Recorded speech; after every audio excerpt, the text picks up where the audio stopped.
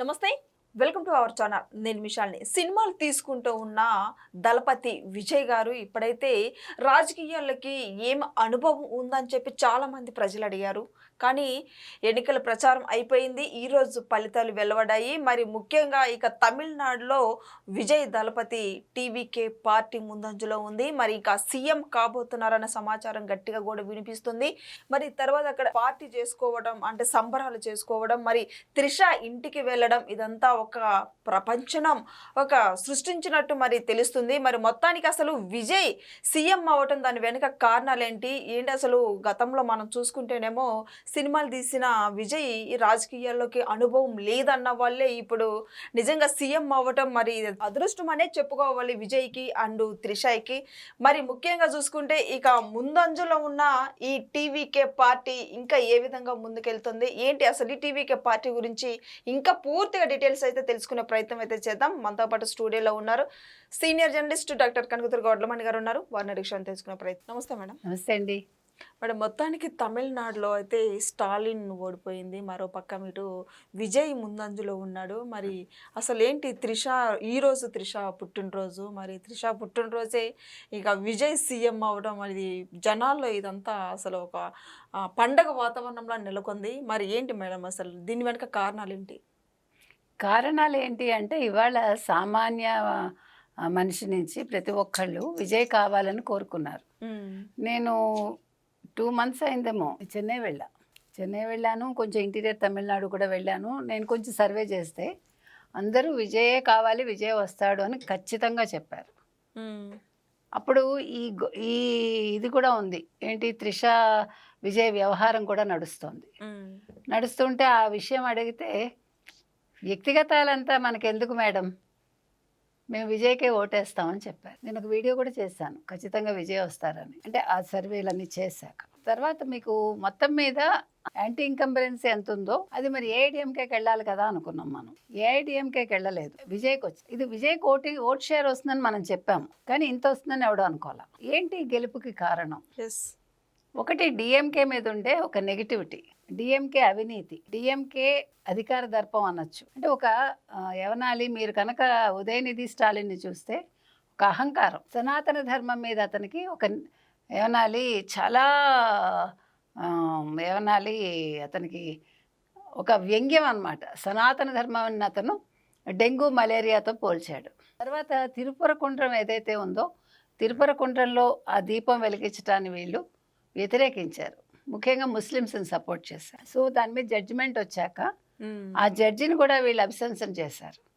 ఆ జడ్జి హిందువుల వైపు ఉన్నాడు అని. యాక్చువల్లీ అతను ఒక కమ్యూనిస్ట్ భావాలు ఉండే వ్యక్తి. ఇవన్నీ కాకుండా మేము మైనార్టీలకే సపోర్ట్ అని ఓపెన్గా చెప్పారు. ఇవన్నీ కలిపి అసలు ఏఐడిఎంకే వద్దు, డిఎంకే వద్దు, మాకు ఏఐడిఎంకేలో 4 చీలికలు అయ్యాయి. అయినా కూడా బీజేపీ వల్ల కొంతకాలం కలిసి ఉన్నారు వాళ్ళు. ఎప్పుడైతే పన్నీర్ సెల్వం వెళ్ళి డిఎంకేలో చేరాడో, ఎప్పుడైతే శశికళ విడిగా పార్టీ పెట్టిందో, ఎప్పుడైతే ఇతను ఎవరు దినకరన్ విడిపోయాడో, ఎప్పుడైతే ఇతను ఎడపాడి అతను ఒంటరివాడయ్యాడు, ప్లస్ అందరితో కలుపుకోలుగా లేడు అనేది ఒక మాట.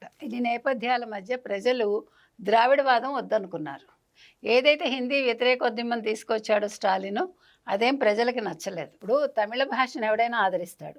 నిజంగా చెప్పాలంటే తమిళుడు కాదుగా స్టాలిన్, తెలుగువాడు. సరే, ఇవన్నీ కూడా పక్కన పెడితే ఇవాళ విజయ్ మీద వాళ్ళు ఒక కుట్ర చేశారా, సంగీత చేత కరెక్ట్గా సమయం చూసి విడాకులు వేయించారా, అది డిఎంకే పన. ఎందుకంటే ఆవిడ కరెక్ట్గా ఆ సమయంలో రావడం, పిల్లలు కూడా దూరం అయ్యారు విజయ్కి. విజయ్ ఒంటరివాడయ్యాడు, గుర్తుపెట్టుకోండి. విజయ్ ఒంటరివాడైనప్పుడు అతనితో పాటు ఉన్నది త్రిష. ఇప్పుడు త్రిషతోటి అతనికి ఏంటి సంబంధం మనకు అనవసరం అండి. ఒక స్నేహితురాలు కూడా కావచ్చు. ఆడమగ స్నేహంగా ఉండకూడదని ఎక్కడా లేదు కదా, పవిత్ర స్నేహాలు ఉంటాయి. అది ఏమంటారు, మీకు నిజంగా చెప్పాలంటే సాహిత్యంలో కూడా అమలిన శృంగారం అని ఒకటి ఉంటుంది. అమలిన శృంగారం అంటే అదొక రకం, అంటే స్నేహంగా ఉంటారు అంతే. అయితే ఇది ఒకటి కాదు, ఇది ఓన్లీ స్నేహం అంతే. ఇంకేదైనా ఉంటే ఉండనివ్వండి, ఆ తర్వాత వాళ్ళే చెప్తారు, మనకు అనవసరం. ఇన్ని నేపథ్యాల మధ్య త్రిష తన మౌనంతో, తన చిరునవ్వుతోటి సమాధానం చెప్పి మీరు గమనిస్తారు. ఎక్కడ ఆవిడ ఒక్క మాట మాట్లాడలేదు. ఇంకొక విషయం ఏమైంది, అందరూ ఏమనుకున్నారు, త్రిష ఇంక అన్ని సభల్లో ఉంటుంది. త్రిష ఇంక అన్ని సభలు లీడ్ చేస్తుంది అనుకుంటే ఆవిడ ఎప్పుడు బయటికి రాలే. లక్ష్మీపార్వతి చేసిన తప్పు త్రిష చేయలేదు. లక్ష్మీపార్వతి ఇంట్లో ఉండకపోవటమే ఎన్టీఆర్కి శాపమైంది. ఎన్టీఆర్ చనిపోయాక కూడా ఆవిడ ఈ రోజు వరకు ఎన్టీఆర్కి వ్యతిరేక పార్టీలో ఉంది ఆవిడ. అంటే ఎన్టీఆర్ చచ్చిపోయాక కూడా చంపుతోంది ఆవిడ మానసికంగా ఆత్మని. కానీ త్రిష అలా లేదు. ఇంకో విషయం ఏంటంటే ఈవెన్ విజయ్ కూడా చాలా నిబ్బరంగా చాలా ధైర్యంతో తను అన్ని సభలు ఎదుర్కొన్నాడు. ఎక్కువ సభలు వెళ్ళకపోవడానికి అతనికి అనుమతులు కూడా లేవు. అతను కూడా ఆంక్షలు పెట్టారు అడుగడుగున, లోకేష్కి పెట్టినట్టుగా యువగళం పాదయాత్రలాగా. సో అవన్నీ దాటుకున్న అతను మొత్తానికి సక్సెస్ అయ్యాడు. అతను ప్రజలు కోరుకున్నారు, గెలిపించుకున్నారు దగ్గర. ముఖ్యంగా 25% యువత కొత్తగా ఎన్రోల్ అయ్యారు ఓటింగ్కి. తర్వాత మహిళలు ఈసారి ఓటింగ్ శాతం పెరిగింది, 84% వచ్చింది. ఇవన్నీ కూడా విజయ్కి అనుకూలంగా మారాయి. ప్లస్ డిఎంకే ఓటు ఏదైతే ఏఐడిఎంకే ఓటు చీలుతుంది అనుకున్నారు, ఏఐడిఎంకే ఓటు చీలలేదు, డిఎంకే ఓటే చీలింది. డిఎంకే ఓటు చీలి అది విజయ్కి వచ్చింది, ఏఐడిఎంకే ఓటు చీలి అది విజయ్కి వచ్చింది. మీరు గమనిస్తే ఇవన్నీ అయ్యాక ఇవాళ త్రిష, ఇవాళ ఆవిడ బర్త్డే. సో జన్మదినాన్ని పురస్కరించుకుని ఆవిడ వెంకటేశ్వర స్వామిని దర్శించుకుని విజయ్ ఇంటికి వచ్చి ప్రసాదం ఇచ్చింది. విజయ్ చాలా ఇమోషనల్ అయ్యారని తెలుస్తోంది. త్రిషతోటి వాళ్ళ ఇంటికి వెళ్ళారు అన్నారు, అది మనకు సరిగా ఇంకా వివరాలు పూర్తిగా రాలేదు. మొత్తం మీద త్రిష వెళ్ళి బయటకు వచ్చింది. తర్వాత ఇంకొక విషయం, బండ్ల గణేష్ ఒక ట్వీట్ చేశారు. బండ్ల గణేష్కి ఏంటండి సంబంధం అనొచ్చు. తీన్మార్ సినిమా తీశాడు బండ్ల గణేష్. ఎవరితో? పవన్ కళ్యాణ్తో అండ్ దెన్ త్రిషతో. అందుకని కంగ్రాట్స్ వెంకటేశ్వర స్వామి మీ కళలు నిజం చేశాడు అని ఆయన పెట్టాడు. సో ఈ కళలు అనేది మీరు ఏ రకంగా అయినా ఇంప్లై చేసుకోండి. అంటే విజయ్ని ముఖ్యమంత్రిని చేయగలిగాడు వెంకటేశ్వర స్వామి, మీరు కూడా ఉండి చేశారు అని. సో ఒక మనోధైర్యాన్ని ఇచ్చింది త్రిష. అందుకని ఇవాళ విజయ్ గెలుపులో ఆవిడ కూడా భాగస్వామి. నేను ముందే చెప్పా త్రిష ఉప ముఖ్యమంత్రి అయ్యే అవకాశం ఉందని. అవ్వచ్చు, తెలియదు. ఇవాళ అతను ముఖ్యమంత్రి అవుతాడు.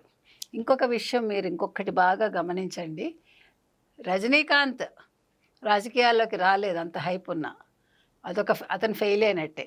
కమల్ హాసన్ రాజకీయాల్లోకి వచ్చి ఫెయిల్ అయినట్టే. పవన్ కళ్యాణ్ తోటి పోల్చలేము ఇతన్ని, జగన్తో పోల్చలేము, ఎవరితో పోల్చకండి. విజయ్ ఈజ్ విజయ్. తనంతటి తను వచ్చాడు, సింగిల్గా వచ్చాడు. ఇప్పుడు నిజమైన సింహం ఇతను. ఇతనికి ఏ బ్యాక్గ్రౌండ్ లేదు. 2 నెలలు అయింది పార్టీ పెట్టి, కానీ ఎక్కువ రోజులు అతను ఎక్కువ పార్టీ కోసం కష్టపడలేదు, తిరగలేదు. ఇవాళ విన్ అయ్యాడు. ఇంకొక ముఖ్యమైన విషయం, డబ్బులు ఖర్చు పెట్టకుండా ఇవాళ అభ్యర్థులను గెలిపించుకున్నాడు. అభ్యర్థులు కూడా ఎవరు? సామాన్యులకు ఇచ్చాడు. సామాన్యుల్లో తన డ్రైవర్ కొడుకు కూడా ఉన్నాడు, శబరినాథన్. 2500 ఓట్ల పైచిలుకుతో గెలిచాడు ఇవాళ. అది పెద్ద విక్టరీ కింద లెక్క. కానీ పార్టీ పెట్టిన 2 సంవత్సరాలకి ఒక సీఎం అంటే 2 సంవత్సరాల్లో కూడా 2 సంవత్సరాలు అతను పార్టీ కోసం పనిచేయలేదని చెప్తున్నా మీకు. విదిన్ ఫ్యూ మంత్స్లో తెచ్చుకున్నట్టే. మరి సో ఇవాళ డబ్బులు ఖర్చు. ఇంకొక మాట అన్నాడు విజయ్. విజయ్ ఏం చెప్పాడంటే ప్రచారంలో, 234 మంది అభ్యర్థుల్లో వాళ్ళు మీకు తెలవకపోవచ్చు, నేను సామాన్యులను నిలబెట్టా, వాళ్ళల్లో విజయ్ని చూడండి అన్నాడు. ఇవాళ ప్రజలు విజయ్నే చూసి ఓట్లేశారు. ఎంత కష్టపడ్డాడు ఎలక్షన్ టైంలో. కానీ కరూర్ ఘటన జరిగినా కూడా అవును అవన్నీ ఎదుర్కొన్నాడు. సో మొత్తం మీద ఏం చేస్తాడు, ఏం చేయడు, రాజకీయాలు వచ్చా రాదా అవన్నీ పక్కన పెట్టండి, ఆటోమేటిక్గా నేర్చుకుంటాడు.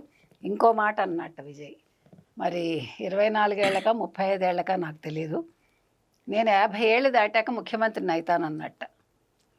ఇవాళ ముఖ్యమంత్రి అయి చూపించాడు అతను. రెండోది, అబ్దుల్ కలాం చెప్పారు, కలలు కను, కలలు పెద్దగా కను అన్నారు.